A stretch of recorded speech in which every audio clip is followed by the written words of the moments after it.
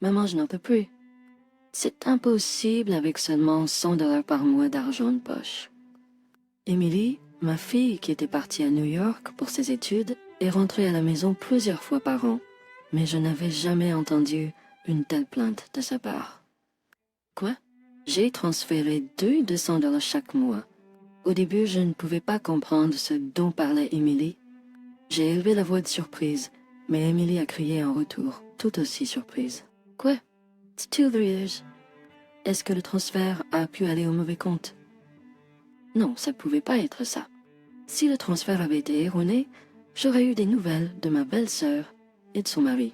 L'argent de poche mensuel était en fait transféré sur leur compte.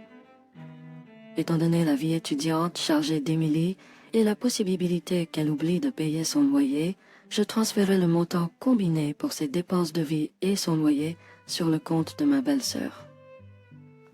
Ils étaient censés remettre $1 600 à Emily après avoir déduit le loyer. Emily, en pleurs au téléphone, ne mentirait pas à propos de telles choses. Pas possible. Une pensée m'a traversé l'esprit. Une pensée que je ne voulais pas envisager, mais qui semblait être la seule explication. Après avoir raccroché avec Emily, je me suis précipitée à un certain endroit. Je m'appelle Julia, j'ai 47 ans. Actuellement, je travaille à temps partiel dans un supermarché local. Depuis que je crois que j'ai épousé mon mari, Jeff, nous avons eu 2 enfants. Notre fils, Chris, a 23 ans cette année. Emily, notre fille, a 20 ans et étudie actuellement dans une université à New York.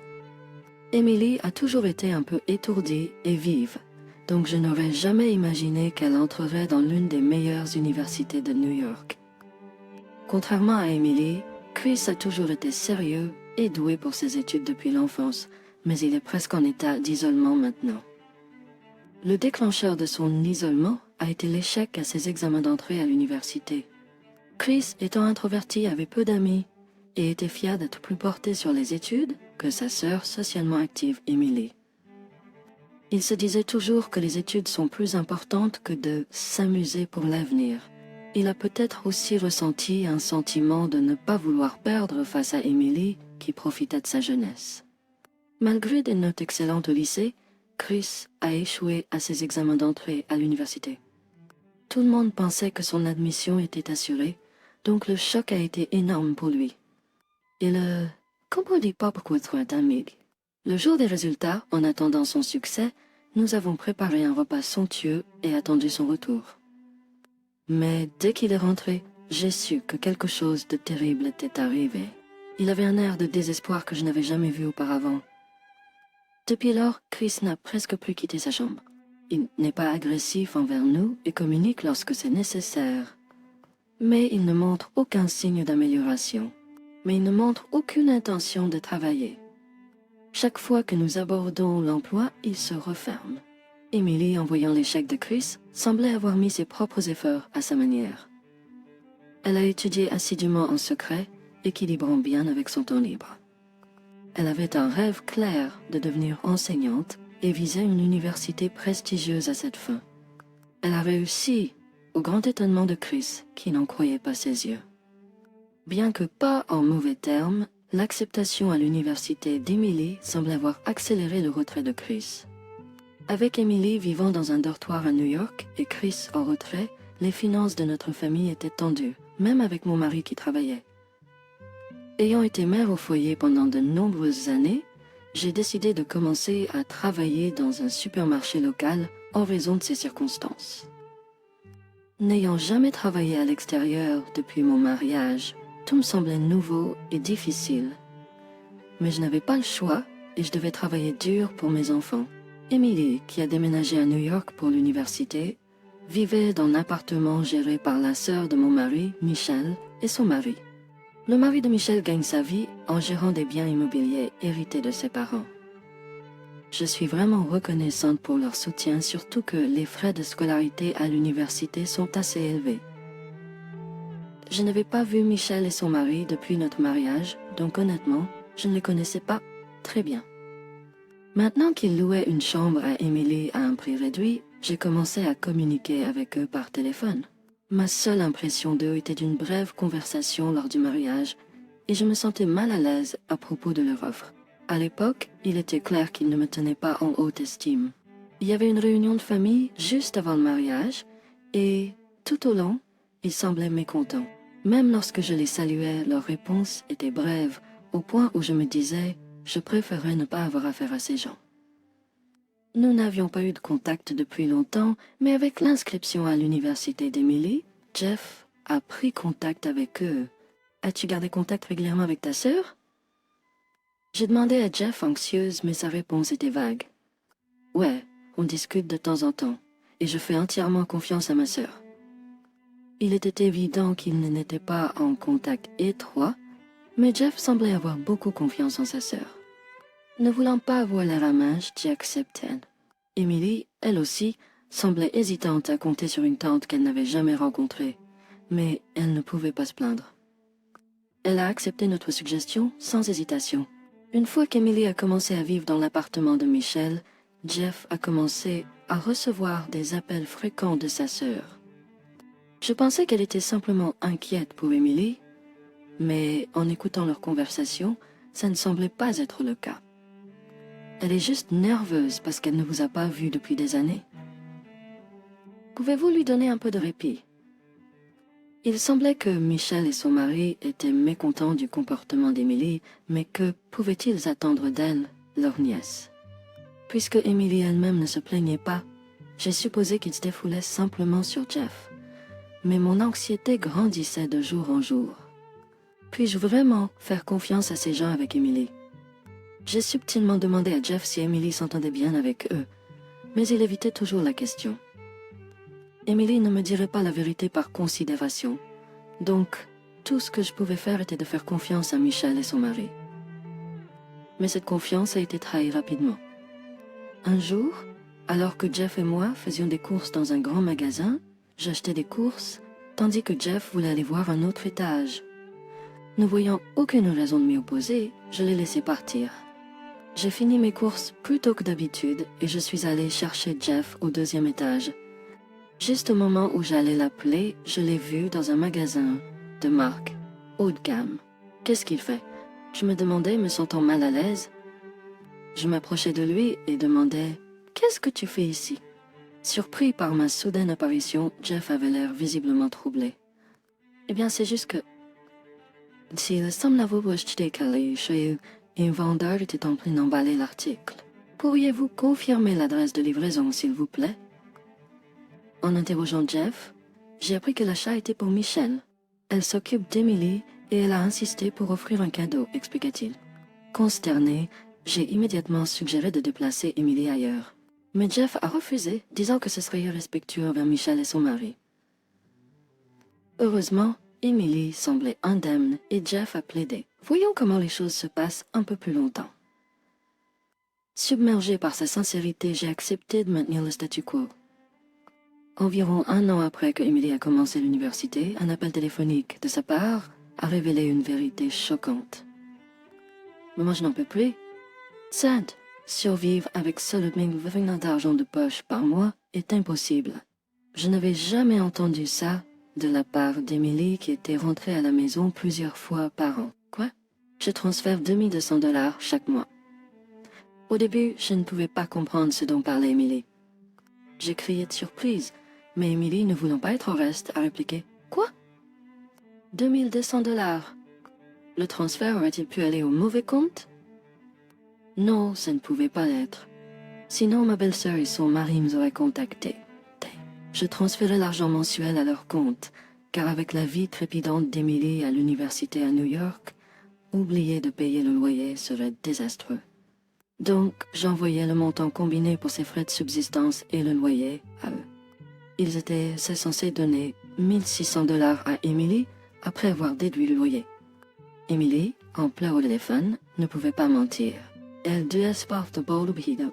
J'ai rapidement transféré quelques milliers de dollars sur le compte d'Emily, avant même de vérifier les faits avec ma belle-sœur. Mais il y avait quelqu'un d'autre à qui je devais parler. J'ai besoin de parler à quelqu'un avant cela. Ben, mon fils Chris, c'est lui qui a fait les transferts mensuels à Emily. Bien que Chris soit principalement confiné dans sa chambre, je lui avais demandé de faire les transferts, donc sortait occasionnellement.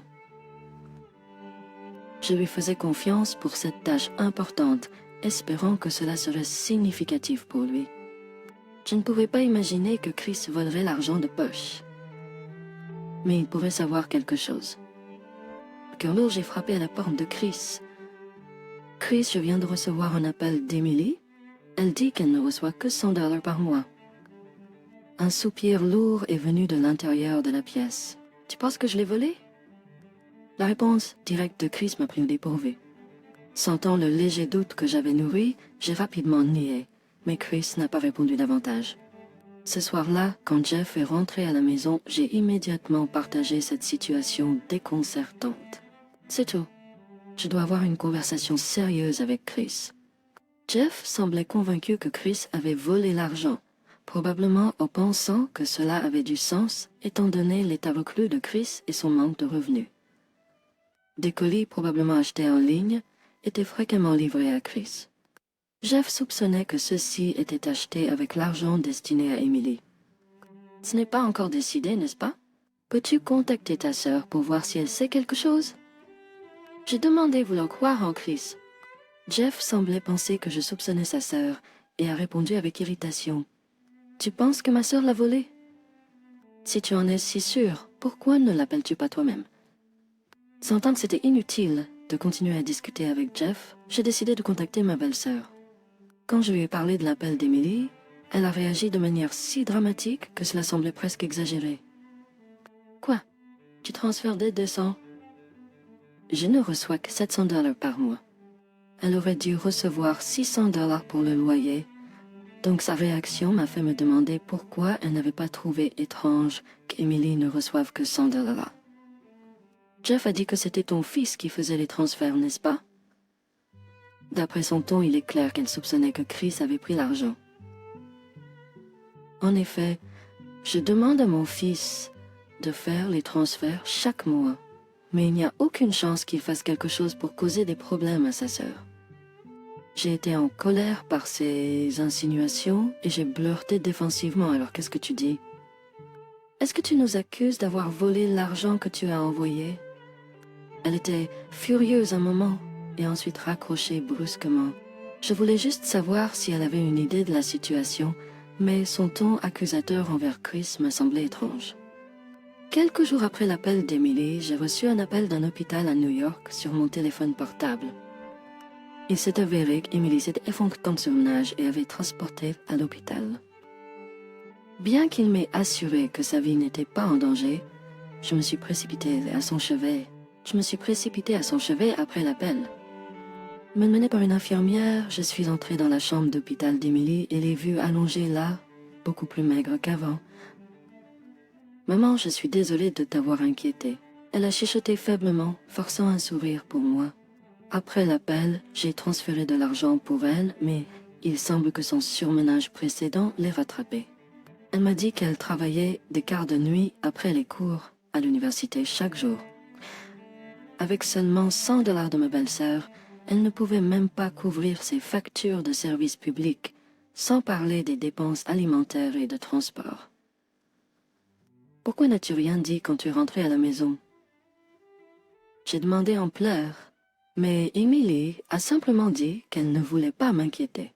Ma belle-sœur Michelle n'avait-elle pas remarqué l'état d'Emily au cours de l'année écoulée? Ne devrait-elle pas s'en inquiéter? Bien que j'ai été reconnaissante envers Michelle et son mari pour avoir fourni une chambre bon marché, ma gratitude s'est maintenant transformée en colère. J'ai expliqué que je resterais à New York pendant un moment et que je me rendrais directement chez Michelle. Lorsque j'ai sonné à la porte et que je me suis annoncée, Michelle semblait surprise de me voir. Eh bien, oui, s'effondrer avec seulement $100 par mois n'est pas surprenant, a-t-elle dit en riant lorsque je lui ai parlé de l'état d'Emily. N'êtes-vous pas inquiète? N'avez-vous rien remarqué d'étrange chez Emily? J'ai exigé, incapable de contenir ma colère. Pour qui vous prenez-vous? Vous blâmez? Vous rendez-vous compte de qui a permis à votre fille de vivre? Avec une férocité comme si elle allait me sauter dessus, ma belle-sœur a crié. J'avais senti quelque chose de bizarre lors de notre conversation téléphonique, et maintenant c'était clair. Il semblait qu'elle avait quelque chose à cacher, et qu'elle se défendait lorsqu'elle était accusée, ce qui ne pouvait pas être aidé. Tout d'abord, votre bon a rien de fils. Il est évident qu'il a volé l'argent. Et vous nous blâmez? Avez-vous des preuves? Michel a insulté Chris et a mis fin à notre conversation brusquement, en claquant la porte devant mon visage. Je suis restée à New York pendant un moment pour veiller sur Emily. Pendant ce temps, je lui ai parlé de l'argent de poche et du fait que Chris était responsable de son transfert. Tante Michel dit que mon frère l'a volé. Pas possible, Chris ne ferait jamais ça, a dit Emily, sa voix remplie d'incrédulité. En l'écoutant, j'ai réalisé que Emily était méfiante envers les actions de Michel et de son mari depuis le début de ses études. Elle pensait qu'il était peu probable que je ne fournisse qu'une allocation de $100, mais elle avait trop peur d'en parler, craignant une erreur. Mon cœur se serrait pour sa considération. Quelques jours plus tard, après que tous les tests ont confirmé qu'il n'y avait pas de problème grave, la couleur d'Emily s'est améliorée et elle a été autorisée à sortir. Je suis désolée pour toute l'inquiétude, mais je vais bien maintenant, m'a-t-elle rassurée. Malgré sa méfiance persistante envers Michel et son mari, j'étais simplement reconnaissante qu'Emily aille bien. Et son mari, Emily, était également inquiet pour Chris. En effet, je craignais que Jeff n'ait dit quelque chose à Chris, l'accusant de vol. J'ai remis à Emily suffisamment d'argent et j'ai décidé de rentrer chez moi pour le moment. En rentrant chez moi et en vérifiant avec mon mari, il semblait qu'il n'y avait eu aucun contact de la part de ma belle-sœur. Il n'avait pas non plus beaucoup parlé avec Chris, ce qui était un soulagement car cela signifiait que le pire scénario avait été évité. Je suis allée voir Emily et je suis également passée chez Michel. J'ai parlé à Jeff de l'état épuisé d'Emily et de son surmenage pour les frais de subsistance. J'ai critiqué subtilement Michel et son mari pour leur manque de préoccupation. Michel est occupé et ne voit probablement Emily que lorsqu'elle lui remet l'argent chaque mois. Jeff a dit qu'il est plus préoccupé par sa sœur que par la santé de sa propre fille. Tu n'es pas inquiet pour ta fille qui risque de s'effondrer? J'ai demandé, Michel est-elle si importante pour toi? Elle traite Chris de voleur. Jeff a froncé les sourcils à mes paroles affales. Il est évident que Chris l'a fait, n'est-ce pas? Que dire de tous les colis qu'il reçoit? Comment pourrait-il se les permettre autrement? Il a dit avec enthousiasme, puis a réalisé qu'il était allé trop loin. Il semble regretter d'avoir parlé si durement. Quoi qu'il en soit, s'il te plaît, arrête de parler mal de ma sœur. Peut-être demander à Chris s'il sait quelque chose. Sur ces mots, mon mari a quitté la pièce, l'air gêné. Après un moment, j'ai entendu la porte du deuxième étage s'ouvrir. C'était Chris sortant de sa chambre. Il a dû entendre notre dispute précédente, nous avions élevé la voix. En descendant les escaliers, Chris a soupiré et m'a regardé dans les yeux. Je te jure, ce n'est pas voler d'argent. Il n'y a aucune façon que je vole l'argent important d'Emily. Son visage est sincère et c'était inhabituel pour lui de quitter sa chambre et de venir me voir comme ça. Il devait vraiment vouloir dissiper les soupçons. Maman, je vais aller chez tante Michel et lui demander directement. J'ai approuvé avec emphase les paroles de Chris. Le lendemain, Chris et moi sommes allés directement chez Michel. Cela faisait des années que je n'étais pas sortie avec Chris. Malgré la situation, je ne pouvais m'empêcher d'y penser. Tout au long du trajet en train, Chris restait silencieux. Mais d'après son attitude, j'étais convaincue que Michel et son mari volaient l'argent. Les yeux de Chris en disaient long et il était inquiet pour Emily. Il ne pouvait pas pardonner à Michel et son mari de faire subir cela à sa chère sœur. Il a dit qu'il allait demander, mais je savais qu'il voulait les confronter à leurs actions. Il ne supportait pas l'idée d'être lésé plus que leur indifférence envers Emily. Lorsque nous sommes arrivés à la gare, nous sommes immédiatement allés chez Michel. Je supposais que si nous avions appelé à l'avance, ils auraient trouvé une excuse pour nous refuser l'entrée. Comme prévu, Michel était clairement déconcertée par notre visite inattendue. Elle semblait incrédule que Chris, dont elle avait entendu dire qu'il était reclus, soit ici. Tante Michel, désolée de te déranger soudainement. À propos de l'argent de poche d'Emily, je transfère d'une de $100 chaque mois sans faute. Wait numéro de compte. Chris n'a pas laissé Michel interrompre, lui montrant le numéro de compte noté sur son smartphone. c'est important. Pouvez-vous vérifier maintenant? Michelle avait l'air hésitante, mais poussée par Chris, elle est allée chercher son livret de banque. Quand elle est revenue avec, Chris n'a pas perdu un instant. Est-ce correct? Pouvez-vous confirmer le numéro pour moi? Après que Chris ait récité le numéro de compte, Michelle a répondu « Ça semble correct ». Entendant cela, Chris a acquiescé et a continué « Je le pensais aussi. Pourriez-vous ouvrir ce livre et nous le montrer ?» Si le montant écrit est de $700, alors j'ai dû faire une erreur. Chris était direct, regardant Michelle dans les yeux. En effet, si Michelle avait raison à propos de Chris volant l'argent, tout serait prouvé par ce livre. Maman a dit que quand elle est venue la dernière fois, vous étiez sûr que je volais l'argent, n'est-ce pas? Si vous nous le montrez maintenant, elle sera convaincue, n'est-ce pas? Que Sophie mente ou non. C'était comme une scène d'une émission de détective, avec Chris essayant de prouver son innocence. Michelle, quant à elle, se tenait simplement là, submergée par la situation. Pourquoi dois-je vous montrer ce qu'il y a dans mon livret de banque? Est-ce que vous insinuez que je l'ai volé? Michelle était clairement agitée et a crié après Chris. Mais Chris n'a pas réagi à sa provocation, restant calme. Je ne dis pas que vous avez volé quoi que ce soit. Donc Michelle, peut-être qu'il y a eu un problème avec le système. Quoi qu'il en soit, pouvez-vous nous montrer où le nom du déposant, dit Chris. J'ai rejoint la pressant, s'il vous plaît, nous voulons juste éclaircir cela. Le visage de Michelle est devenu rouge alors qu'elle criait « Ça suffit. Ne jouez pas les grands quand c'est vous qui volez l'argent. » Elle était comme un enfant faisant une crise, essayant de nous chasser. Puis, alors que ma belle-sœur criait « Sortez !» Chris, défiant son autorité, a répondu avec force. « Je vais prouver que vous l'avez volé, sans aucun doute. » La voix intense de Chris a silencié ma belle-sœur pendant un moment. Voyant cela, Chris a dit « C'est assez pour aujourd'hui » et lui a tourné le dos. J'ai suivi Chris sans un mot, incapable.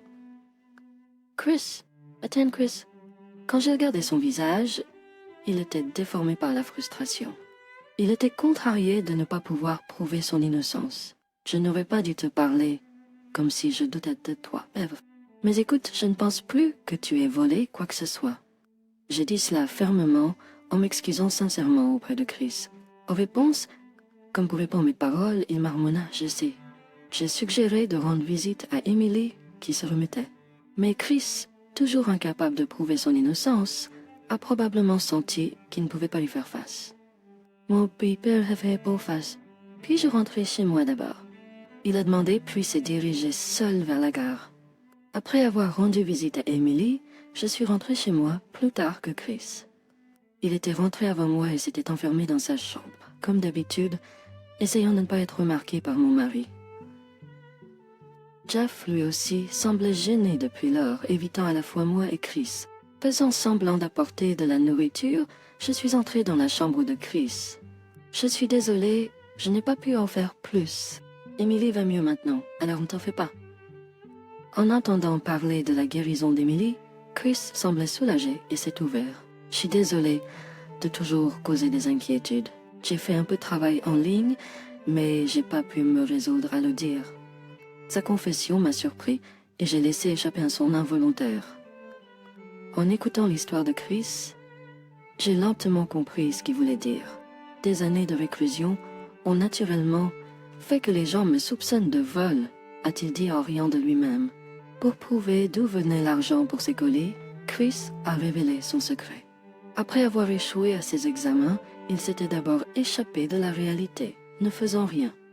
Mais ensuite, réalisant qu'il ne pouvait pas continuer comme ça, il a commencé à étudier la programmation et le design par lui-même.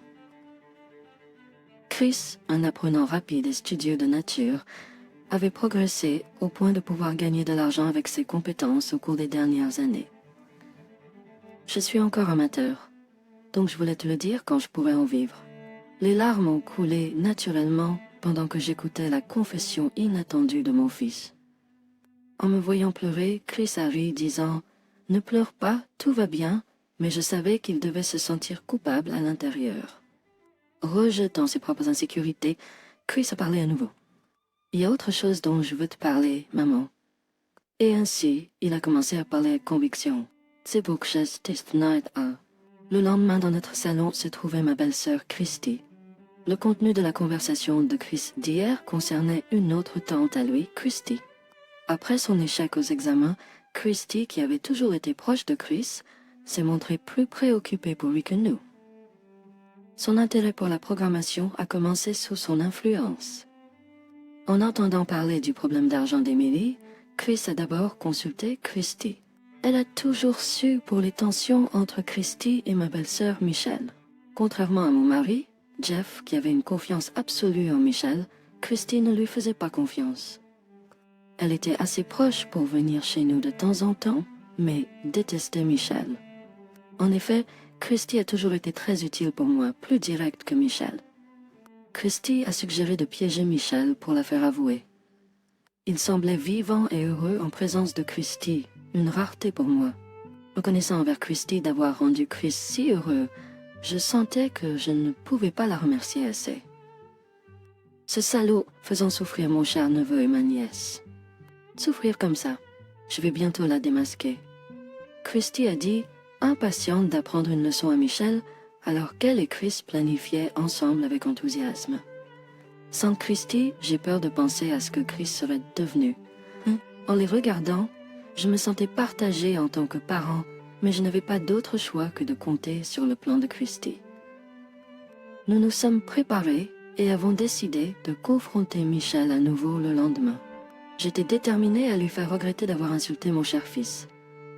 Contenant mon impatience, nous nous sommes préparés pour le lendemain. Dès le lendemain, Jeff soupçonnait-il quelque chose? Demanda Christy en grignotant son déjeuner dans le train en direction de la maison de Michelle. Heureusement, Jeff semble être lui-même ignorant notre plan. J'avais peur qu'il prenne le parti de sa sœur s'il découvrait notre plan à ce stade. Il se soucie de Chris et Emily, mais pour une raison quelconque, il ne peut pas tenir tête à sa sœur. Selon Christy, leur relation a toujours été ainsi. Ce n'est pas tellement une question de confiance ou d'admiration, c'est plutôt qu'il ne peut pas la défier, dit-elle avec un sentiment de résignation. Comparée à mon mari sérieux et ennuyeux, Christy était vive et insouciante. Elle a grandi en voyant sa belle-sœur commander son frère et était déterminée à ne pas finir comme ça. Christy est toujours célibataire et gagne sa vie en tant que travailleuse indépendante. Bien que Chris ait échoué à ses examens, voir Christy vivre de manière indépendante et selon ses propres termes a dû l'inspirer à ne pas abandonner. Nous avons apprécié notre temps ensemble, mais bientôt nous arriverions à New York. Le plan de Christy semblait étonnamment simple, presque enfantin, mais elle était confiante. « C'est là que j'excellerai, dit-elle en pointant sa tête et en souriant à moi et Chris. « Grande sœur, qu'est-ce qui se passe ici ?» Arrivée chez Michelle, Christy l'a confrontée d'une manière apparemment bouleversée. Michelle semblait totalement prise au dépourvu par la visite de Christy. J'ai déposé l'argent pour Chris une fois, et maintenant on m'accuse de l'avoir volé. Suivant les instructions de Christy, Chris et moi sommes restés cachés près de la maison de Michelle, les observant toutes les deux. « Quoi? Pourquoi as-tu fait le dépôt pour Chris ?» demanda Michelle, sa colère évidente. « Parce que j'habite à proximité. » Contrairement à crier, je tiens des hauts gestes de transaction appropriés. À ces paroles, le visage de Michelle devint pâle. « Que veux-tu dire par là? Est-ce que tu dis aussi que je l'ai volé? » Christy nous laissera passer ça en faisant semblant de ne rien savoir. Alors où sont passés les 1600 $? Peu importe, je vais prendre les registres de transactions et aller voir Jeff.